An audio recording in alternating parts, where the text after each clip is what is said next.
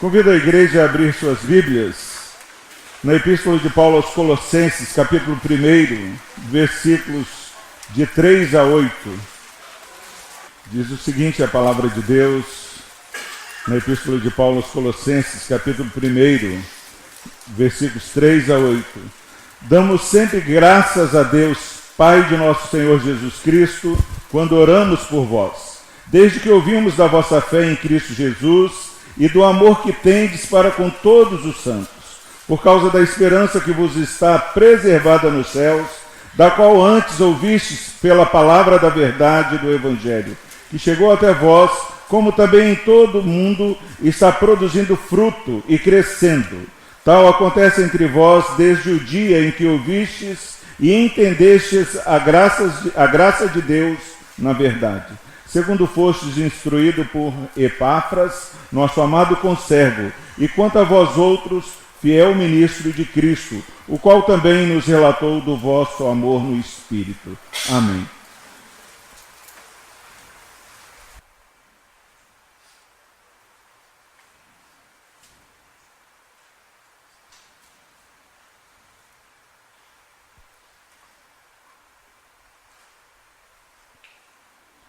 Querido Deus, nós louvamos o Teu nome por tudo que já aconteceu nesta noite, Pai, pela Tua presença que tem sido manifesta, Pai, em cada parte deste culto.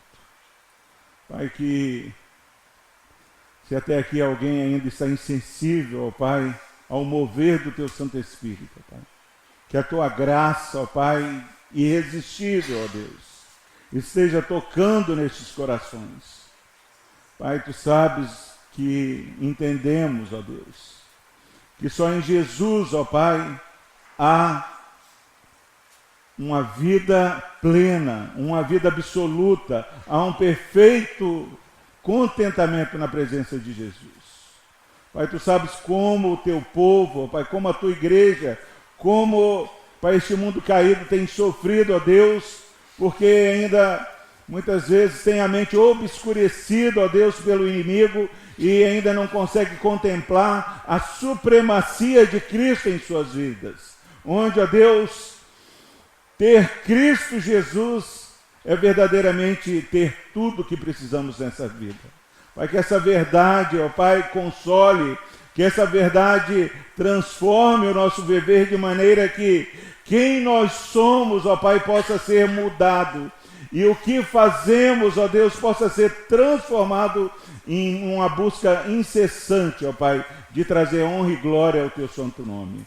Pai, se nessa noite entrou alguém aqui, ó Pai, entristecido, desanimado, ó Deus, sem esperança, ó Pai, que nessa noite, ó Pai, possa encontrar em Cristo Jesus o verdadeiro contentamento.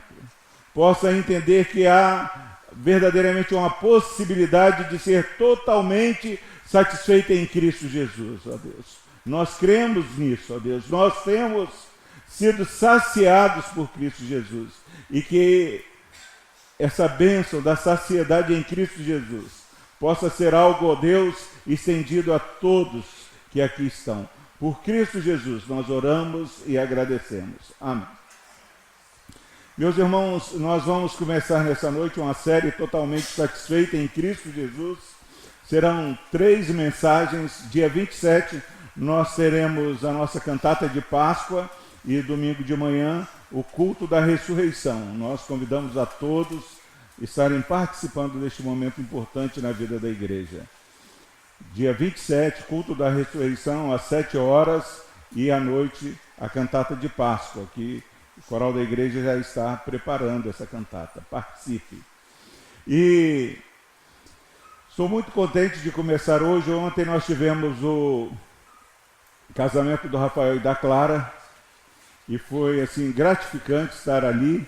Nós percebemos como, quando o mover do Espírito Santo envolve a igreja, é possível haver uma sintonia, uma harmonia, onde a união de todos faz com que a glória de Deus seja manifesta. Louvo a Deus pela vida da igreja que esteve toda presente ali e contagiou. Nem pagando, nós seríamos tão bem servidos pelos nossos queridos jovens que estavam ali. E pior que não foi de graça, porque nós já recebemos tudo em Cristo Jesus. A conta já está paga. Mas foi maravilhoso ver que é possível, no meio do povo de Deus, ter esse ajuntamento, essa comunhão, essa doação para o bem do nosso próximo. E quando nós vamos pensar aqui em Colossenses sobre esse tema, totalmente satisfeito em Cristo Jesus, nós precisamos ter a mente despertada para o que significa Cristo Jesus na minha vida. O que Jesus fez? Quem é Jesus Cristo? E o que Ele fez? Quem Ele é? Como isso afeta o que eu sou e o que eu faço? Muitas vezes nós não temos percebido que quando nós estamos em Cristo, nós somos nova criatura. Não importa o seu passado, não importa a sua história, há sim uma transformação de realidade.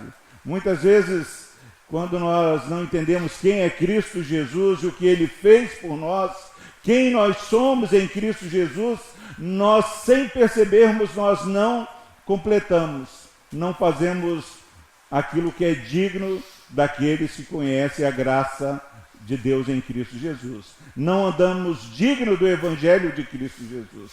Então, quem Jesus é para mim, o que Ele fez por mim, quem eu sou e o que isso afeta no meu modo de viver, vai me fazer ser totalmente satisfeito em Cristo Jesus. E a nossa oração é que você perceba essas verdades. Quem Jesus é, o que Ele fez, quem você é e como você deve viver agora em Cristo Jesus. Em nome de Jesus, ouça isso.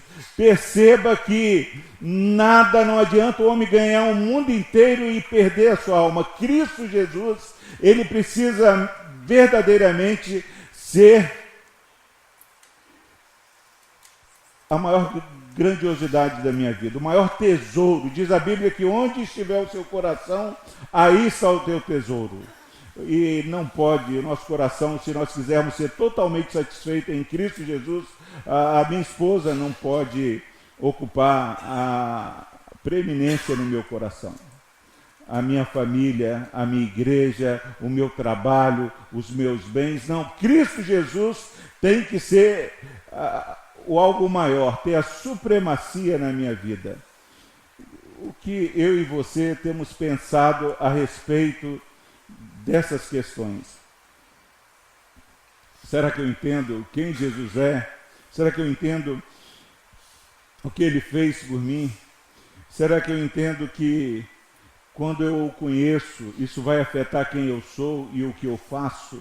Que em nome de Jesus nós possamos entender essas questões. Versículo 9 e 10 do capítulo 2 diz: porquanto nele habita corporalmente toda a plenitude da divindade. Na encarnação de Cristo Jesus, de maneira corpórea, habitou toda a plenitude do nosso Deus. Você olha para Cristo Jesus, você vê a plenitude de Deus. Versículo 10, também nele estáis aperfeiçoados. Ele é o cabeça de todo principado e potestade. Também nele estáis aperfeiçoados. Meus irmãos, como é importante eu entender que quando eu estou em Cristo Jesus, não há nenhuma condenação, não há nenhuma acusação. Eu estou aperfeiçoado em Cristo Jesus. Eu estou justificado. E como esse entendimento vai afetar o meu relacionamento com o próximo, vai afetar o meu relacionamento comigo mesmo, com Deus. Quantas vezes nós olhamos para o nosso próximo e falamos que não o toleramos, nós não aturamos determinada pessoa, queremos ficar mudando todo mundo e não entendemos que em Cristo Jesus, meus irmãos, nós somos aperfeiçoados. Isso choca muitas vezes, mas em Cristo Jesus você é aperfeiçoado. A virtude de Cristo, ela envolve a sua vida. Isso tem que trazer para mim e para você uma gratidão, tem que trazer para mim e para você um entendimento do que é o Evangelho, tem que trazer para mim e para você um crescimento e uma maturidade. E em primeiro lugar, o versículo 3 do capítulo 1 diz: damos sempre graças a Deus, Pai de nosso Senhor Jesus Cristo, quando oramos por vós.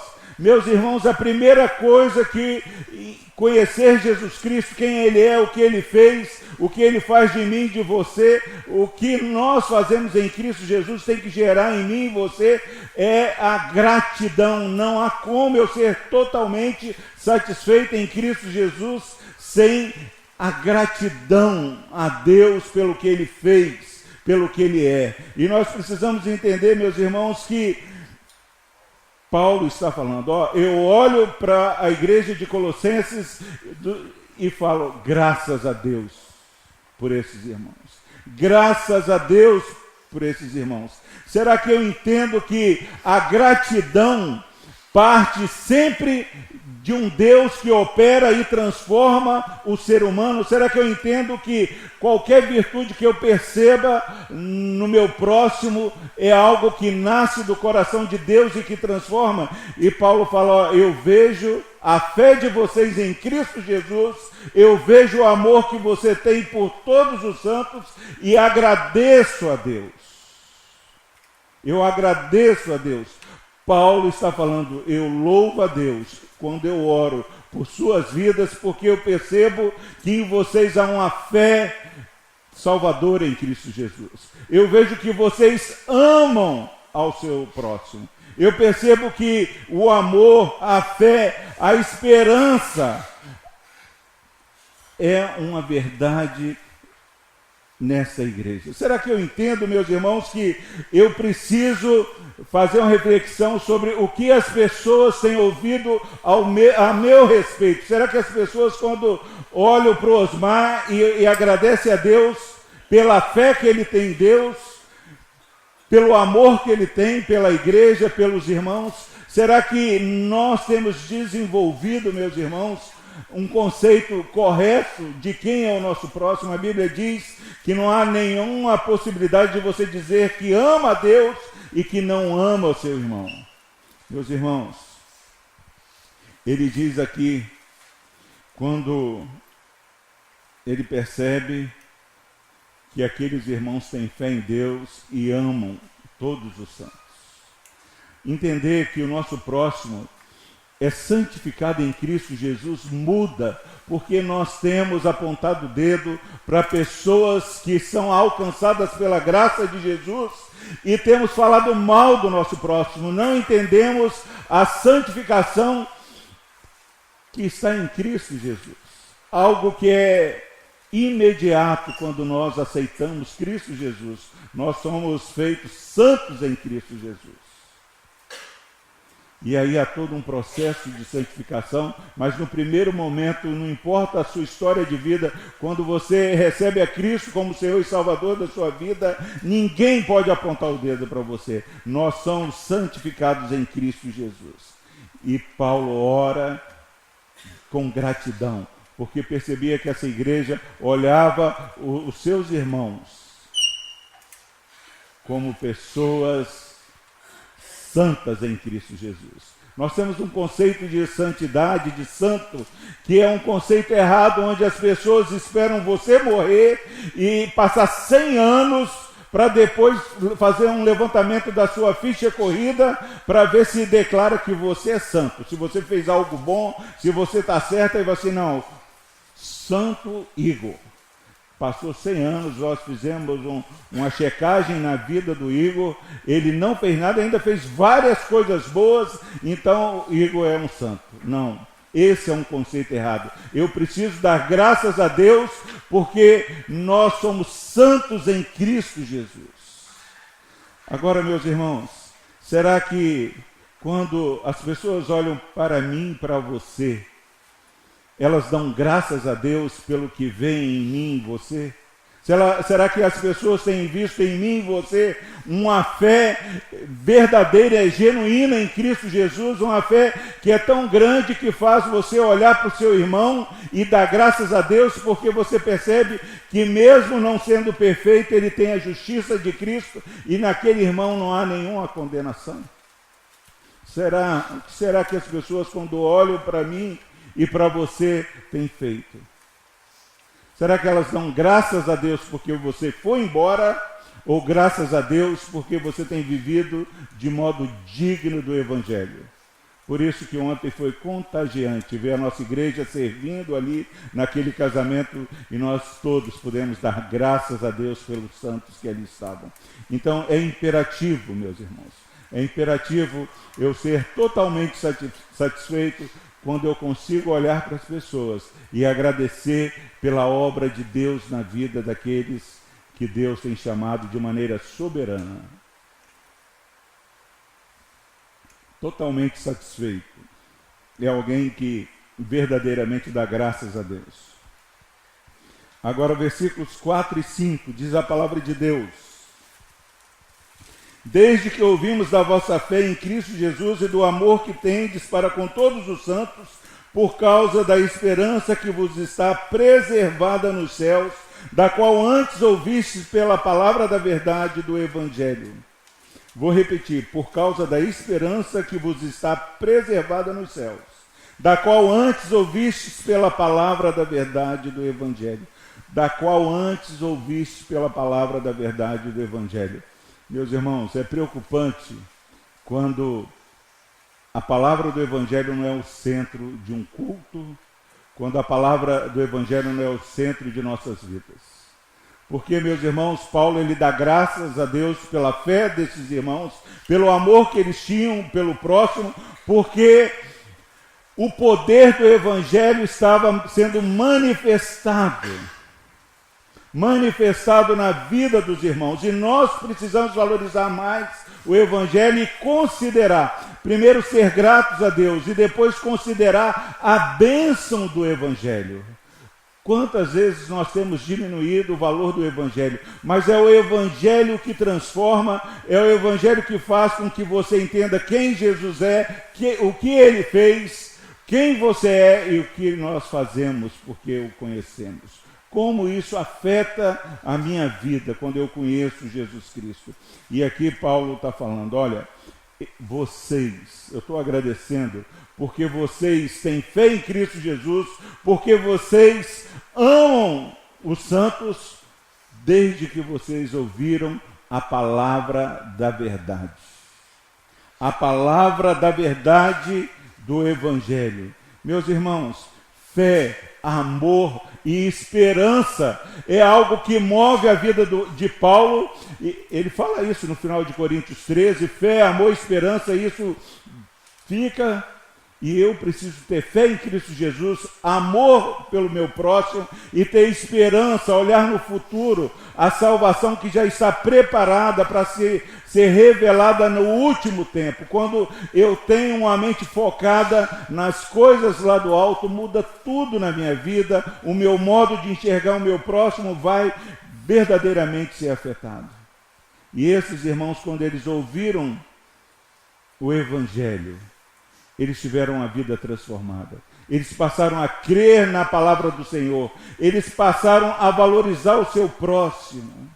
Meus irmãos, não adianta você vender tudo que você tem, dar aos pobres, se você não fizer isso movido pela sua fé em Cristo Jesus. É o que Paulo está falando. Vocês fizeram isso, esse amor que vocês têm para com todos os santos, é por causa da esperança que vos está preservada nos céus. Muitas vezes nós não estamos totalmente satisfeitos, porque nós esquecemos que Deus tem um lar celeste preparado para nós. Aqui não é o nosso lugar. Nós somos forasteiros aqui. Nós estamos em terra estranha. Nós estamos indo para a cidade santa. Nós precisamos olhar e enxergar isso aqui por causa da esperança que vos está preservada nos céus. Como quando eu percebo que essa esperança vai esvaindo, a minha vida fica indiferente, eu já toco a minha vida do jeito que eu quero e não como eu devo viver de acordo com o Evangelho. E Paulo usa esses 3 termos: fé, esperança e amor. Será que eu entendo, meus irmãos, que o Evangelho é poderoso para imprimir na minha vida uma fé tão incondicional em Cristo Jesus que não importa se eu não esteja entendendo o que está me acontecendo, o que as pessoas estão fazendo comigo, mas a minha motivação sendo o lar celeste, a herança nos céus. A perspectiva de como eu olho aquilo que me acontece muda. A perspectiva do que eu devo fazer vai ser transformada. Quando eu não tenho a perspectiva das coisas lá dos céus, eu vou tratar na carne.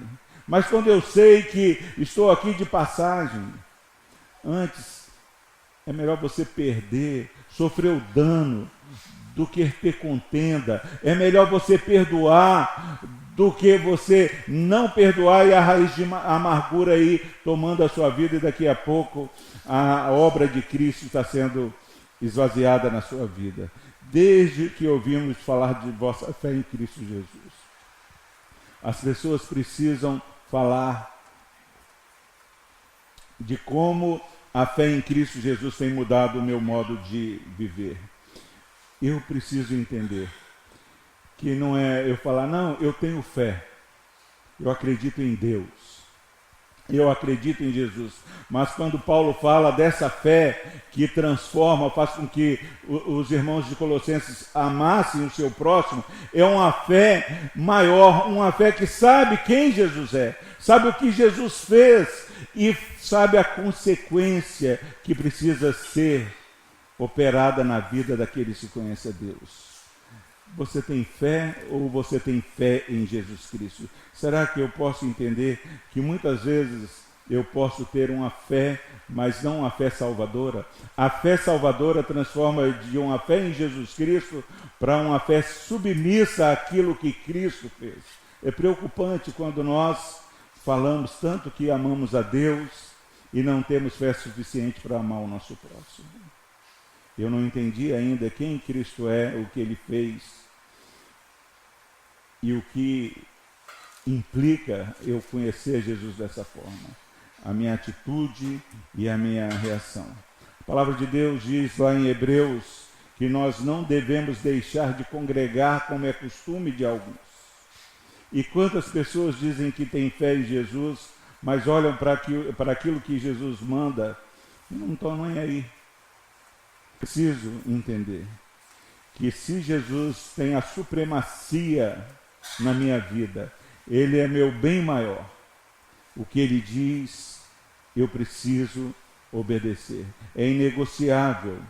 Não adianta você, quando tem sucesso em alguma coisa, aponta lá para cima e fala graças a Deus.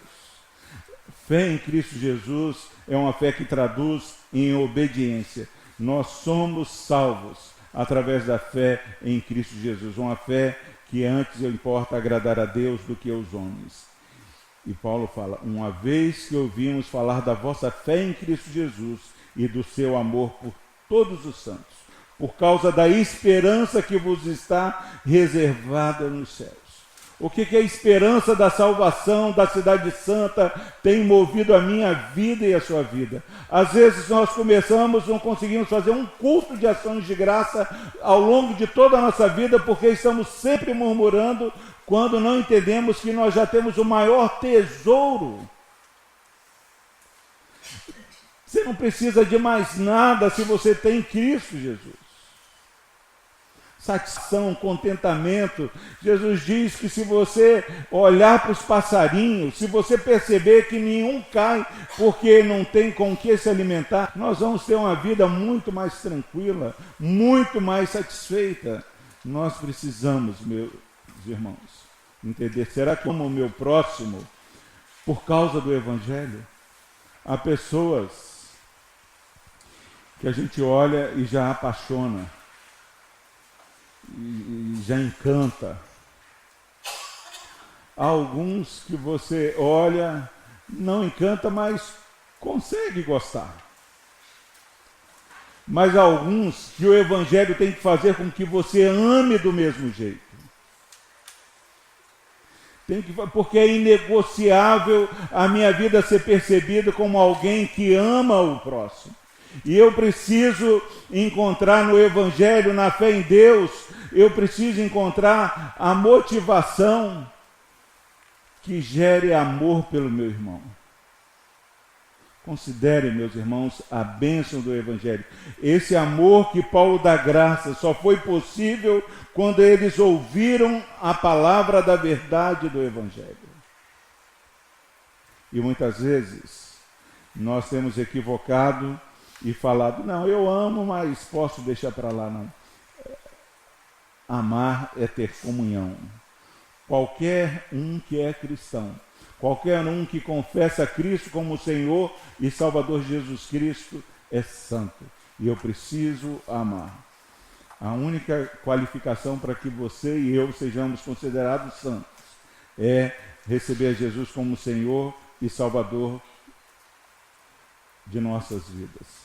Então, a possibilidade de amar os santos vem através de uma submissão àquilo que o Evangelho tem revelado para mim e para você. Fé, esperança e amor. Esperança que gera uma perspectiva futura. Jesus Cristo voltará e nos levará para morar com Ele eternamente.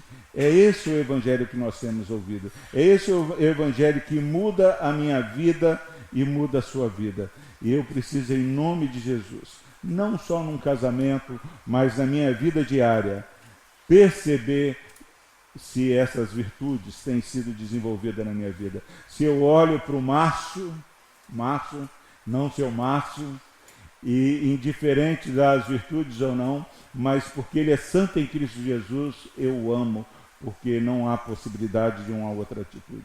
Versículos 6 a 8 diz o seguinte: Evangelho que chegou até vós, como também em todo o mundo está produzindo fruto e crescendo. Tal acontece entre vós, desde o dia em que ouvistes e entendeste a graça de Deus na verdade, segundo fostes instruídos por Epáfras, nosso amado conservo, e quanto a vós outros, fiel ministro de Cristo, o qual também nos relatou do vosso amor no Espírito.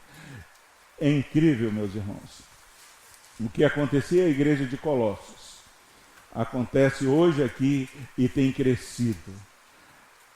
Eu preciso dar graças a Deus, ser grato pelo que Deus tem feito. Eu preciso considerar que o Evangelho é bênção porque ele transforma, ele muda a minha vida, e eu preciso entender que é bênção esse Evangelho crescer, algo contagiante. Eu preciso pegar aquele que está perto de mim e falar, para você é difícil, mas Deus pode te dar uma condição de amar o próximo, algo que gera uma nova vida, uma vida em abundância, algo que emerge de um relacionamento com Deus, produzido pelo Espírito Santo que habita em nós.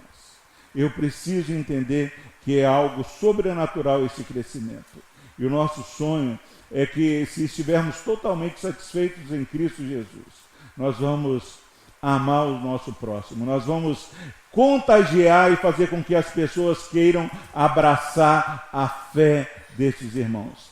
Quando o imperador de Roma pediu a alguém para ir lá ver a igreja primitiva e trazer o relatório, um dos relatórios que ele trouxe foi que o amor entre os irmãos era algo inconfundível. Será, meus irmãos, que as pessoas têm olhado para a primeira igreja presbiteriana em Vila Velha e têm percebido que o amor tem surgido aqui, é algo espiritual, é algo incondicional, é algo que verdadeiramente tem sido movido porque entendemos a palavra da verdade que tem sido pregada em nosso meio? Será que esse crescimento tem sido algo que não é produzido pelo marketing, pelo site que agora nós estamos bem? Será que é algo espiritual? Será que é algo que verdadeiramente traz glória para Deus? Amar aqueles que nos são fáceis, é fácil, mas Jesus nos amou sendo nós ainda pecadores. Nós precisamos, em nome de Jesus, amar o nosso próximo incondicional por causa do Evangelho que temos ouvido, por causa da esperança que está reservada no céu para nós. É interessante, meus irmãos, que nós não entendemos, mas esse Evangelho traz vida àqueles que estão mortos nos seus delitos e pecados. Quando nós não vivemos uma vida digna do Evangelho, nós não percebemos, mas não estamos vivendo. Gente, a Bíblia fala que as nossas boas obras são trapos de imundícia. Você, não é que o outro melhorou que você começa a amar o Osmar. Hoje eu estou deixando o Anderson de lado. Não é porque o Osmar melhorou que eu estou amando mais o Osmar. Mas é porque o Evangelho está fazendo gerar uma nova vida em mim e não há possibilidade de eu ser totalmente satisfeito em Cristo Jesus e não ser satisfeito com aquilo que Deus está realizando na vida do meu próximo. O Evangelho sempre trata pessoalmente, individualmente, não tem a ver com o outro, mas tem a ver comigo, com você. Se alguém fizer como Josué nessa noite e se levantar, eu e a minha casa serviremos ao Senhor. Eu resolver como Daniel não se contaminar, você vai experimentar algo maravilhoso. Nós estamos estudando aqui na escola dominical sobre a ira de Deus.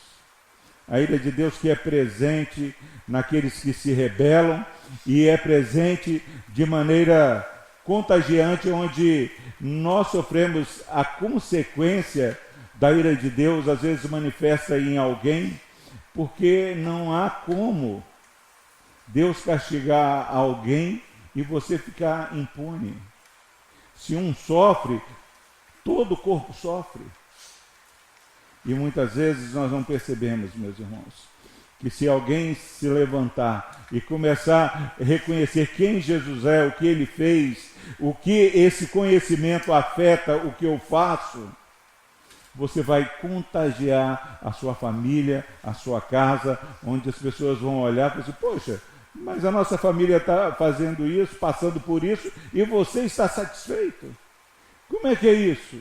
Perguntar a razão da sua fé. Nós precisamos entender que não é algo opcional você estar totalmente satisfeito em Cristo, porque quando eu estou totalmente satisfeito em Cristo, ainda que eu vá para Brasília, 12 horas de conexão aí, eu vou estar satisfeito em Cristo Jesus. Eu vou dar graças a Deus.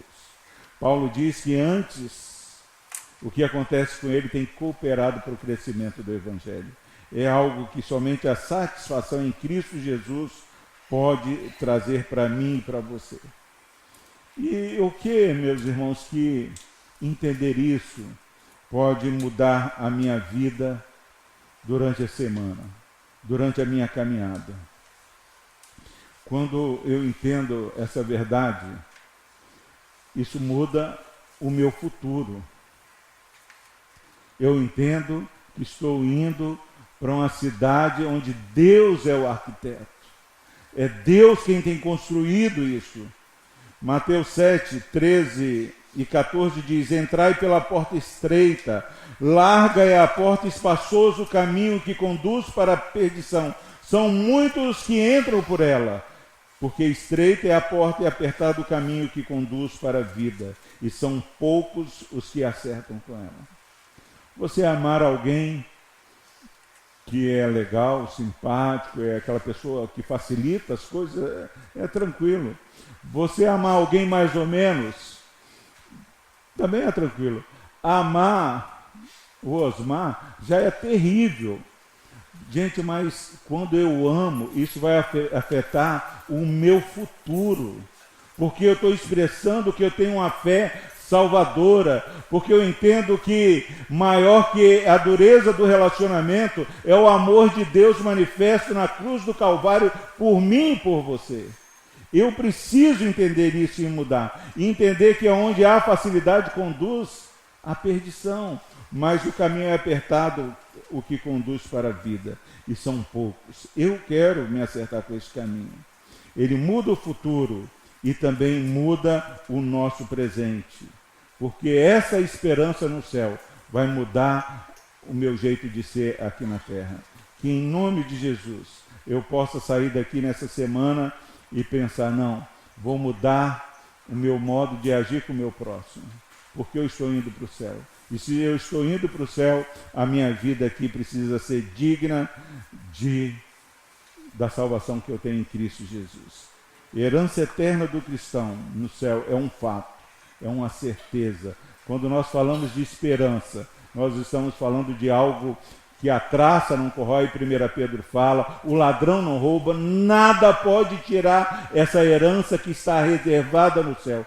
Por isso, pode se levantar contra mim uma guerra, mas eu não temo. Quantas vezes nós temos desistido de relacionamentos, porque achamos que é demais para mim. E com Cristo Jesus, nós somos mais do que vencedores. Com Cristo Jesus, o Evangelho transforma a minha vida futura e a minha vida presente. Ele muda a minha perspectiva. Futuro, vida presente e a minha perspectiva. Eu já olho, eu tenho falado aqui, que quando você olha o que tem te acontecido com a lente do Evangelho, você vai enxergar as coisas de maneira diferente. Às vezes nós não entendemos que o inimigo não é o Osmar. O inimigo é o diabo que tem muitas vezes usado pessoas que estão dormindo, que acham que aqui é um jardim de infância, não entende que isso aqui não é um parque de diversões, nós estamos em guerra e eu preciso, em nome de Jesus, andar no Espírito, para que eu possa verdadeiramente andar da maneira digna desse Evangelho.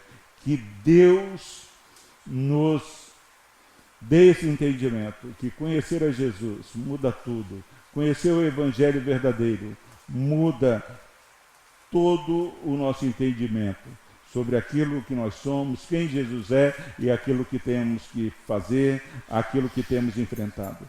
Eu não posso viver uma vida ensimesmada, eu tenho que viver uma vida para a glória de Deus. E só glorifica a Deus aquele que está totalmente satisfeito em Cristo Jesus. Se você tem Cristo Jesus,